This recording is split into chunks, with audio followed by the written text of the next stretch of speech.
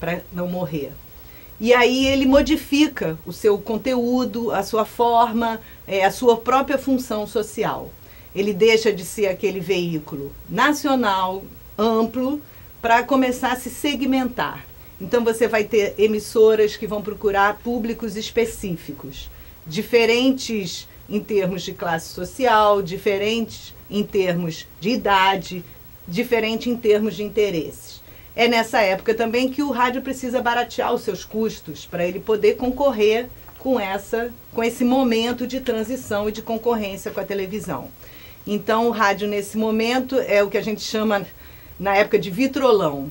O que acontece?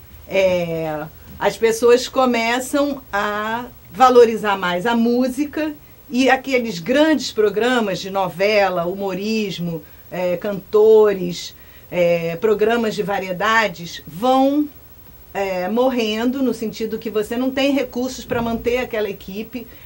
A televisão puxa essas equipes, então você tem muita gente que trabalhou no rádio e que está até hoje na televisão, né, os mais velhos, mas no início da televisão, a televisão se faz a partir dessa equipe do rádio, e o rádio então fica na música, no locutor, né, reduz a sua equipe de profissionais, e no momento um pouco mais à frente, já no final da década de 60, começa a investir também na informação, no jornalismo, né? Quando ele vai se refazendo. E essa palavra de ordem, música e informação, né, essas duas palavras de ordem, acabam sendo o novo norte que o rádio ocupa para conseguir sobreviver à televisão. Muito bem. E nós vamos fazer um pequeno intervalo, né, depois da sua alocução inicial, e vamos voltar, né, com o nosso debatedor, Célio Campos.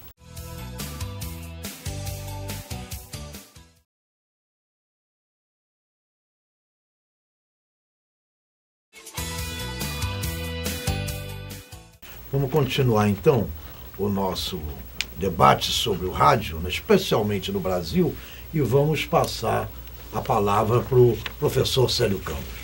A Ana falou muito bem, o rádio é uma coisa curiosa na história do rádio no Brasil, é uma coisa muito curiosa e que a gente está vivendo nesse momento. O rádio, quando surgiu em 22, ele surgiu com um problema. Uma empresa americana precisou intervir nesse processo, que foi a Westinghouse, para trazer equipamentos para que se distribuísse, né, na chamada sociedade, porque ela surgiu, como a Ana lembrou, como clube ou sociedade. E hoje nós vivemos um momento muito semelhante ao surgimento do rádio em 22, como aconteceu com o surgimento da televisão, quando o Chateau trouxe a TV para o Brasil em 50. Houve um receio de que a televisão ameaçasse até extinguisse com o rádio, que na verdade não aconteceu e nem vai acontecer hoje, né? Qual é o momento que se vive hoje? O momento do rádio e da TV digitais.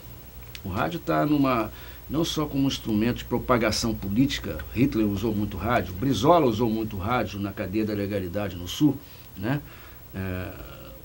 Por conta da deposição do João Goulart.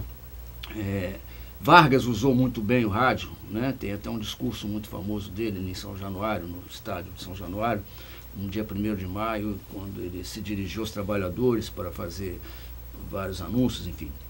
Então o rádio sempre teve esse caráter, inicialmente educativo e depois de propagação política. Usou-se muito rádio, usa-se muito rádio até hoje, né? Discute-se muito até hoje, por exemplo, a ineficiência do atual modelo da Hora do Brasil, da Voz do Brasil, que é no mesmo molde de quando surgiu na década de 30, né?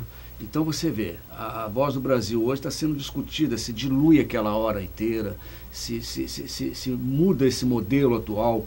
Por quê? Porque eles descobriram que o rádio tem uma importância muito grande. O rádio chega a muitos lugares, né? E agora vai melhorar muito agora com o rádio digital. Porque o rádio opera em dois sistemas, AM, amplitude modulada, e FM, que é frequência modulada. E há uma tendência em fundir os dois sistemas, né? A Tupi já fez isso no Rio, a Globo já fez isso no Rio. A Globo e a CBN transmitem futebol para duas camadas, são ouvintes distintos. O público do AM é um pouco mais popular, O público do FM ele é mais exigente, um outro tipo de público. Então, viu, Drauzio, a tendência é que haja essa fusão dos sistemas, AM e FM, cujo objetivo é exatamente obter mais ouvintes, mais audiência. E eu queria saber da Ana, depois dessa exposição dela, né, nesse aspecto político, assim, se o rádio, que ela destacasse um pouco qual foi a importância efetiva do rádio, especialmente do governo Getúlio Vargas, como instrumento de propagação, né, da política de Getúlio. O rádio realmente ele é uma arma política. E alguns personagens da história souberam utilizar essa arma e outros não, né? Eu acho que os que souberam foram espertos, porque eles percebiam o poder de influência do rádio, o poder de mobilização, né? E o rádio é um veículo que envolve as pessoas, né? Justamente por não ter imagem, né? A gente estava até conversando, as pessoas imaginam aquelas cenas. É um discurso muito emotivo, que toca as pessoas no fundo. Então, os políticos que perceberam essa influência e o poder desse veículo souberam utilizá-los. O Vargas foi um deles, né? Ele utilizou muito bem a Rádio Nacional para fazer os seus pronunciamentos. Inclusive, o Estado Novo foi decretado pelo rádio, né? Até tem uma foto aqui nesse livro que eu organizei sobre essa época, né, do governo Vargas, mais especificamente em 1954, quando ele se suicida.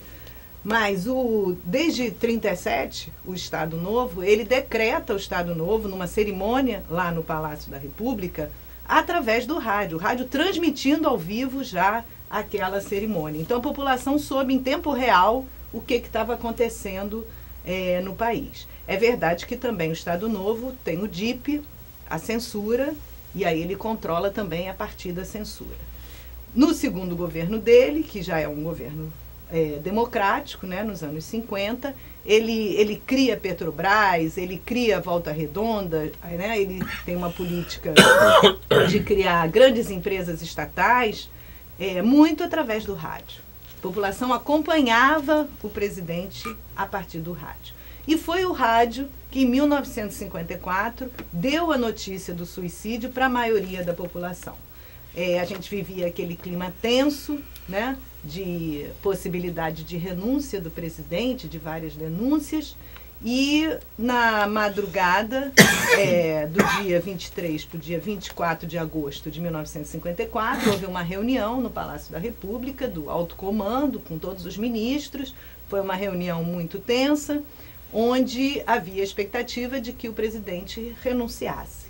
E os jornais dão essa notícia no dia seguinte, no dia 24 da renúncia.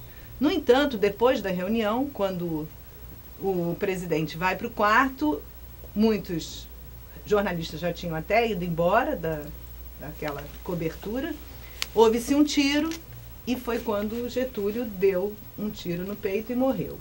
O Vitor Costa era o diretor da Rádio Nacional na época, amigo da filha do presidente, da Alzirinha, estava no palácio, correu junto para ver o que tinha acontecido e ligou para a Rádio Nacional, onde estava o locutor Heron Domingues, um principal locutor do jornal Repórter Esso, que era o mais importante.